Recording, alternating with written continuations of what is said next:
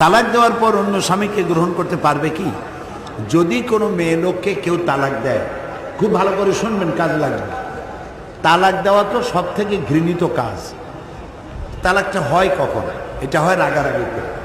রাগ করে তালাক দিয়ে দিল, পরে দেখলো স্ত্রী যাবে, ছেলে যাবে, মেয়ে যাবে, সব তো আমার শেষ।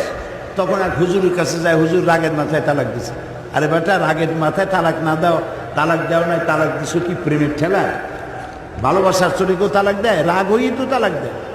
তো তালাক রাগ হয়ে দিক, হাসতে হাসতে দিক, আর কাঁদতে কাঁদতে দিক। যদি হুশ থাকে আর পাগল না হয়, যে কোনো অবস্থায় তালাক দিবে, তালাক ওয়াকে হয়ে যাবে, তালাক পড়ে যাবে। তবে এটা আল্লাহ তাআলার কাছে সব থেকে ঘৃণিত এবং নিকৃষ্ট। আল্লাহ তালাক চান না। সেই জন্য কোনো স্বামী যদি তার স্ত্রীকে তালাক দেয়, তাহলে ওই স্বামীর কাছে যাওয়ার আর কোনো সুরত নাই কিয়ামত পর্যন্ত। হাত্তা তানকিহা যাওজান গায়রা, যতক্ষণ পর্যন্ত আর একটা পুরুষের সাথে তার বিবাহ না হচ্ছে। তো আর একটা পুরুষের সাথে বিবাহ হবে, তা আবার অ্যারেঞ্জমেন্ট বিয়ে হতে পারবে না, যে 3 দিনের জন্য তোমার কাছে থাকবে, ডন টাচ, 3 দিন পর একে আমার কাছে ফিরাই দেবে। এটাকে গ্রাম্য ভাষায় হিলা বলে। এটার শরীয়তের কোনো ভিত্তি নাই, এরকমের বিবাহ জায়েজ নাই, একদম হারাম, বিয়েই হবে না।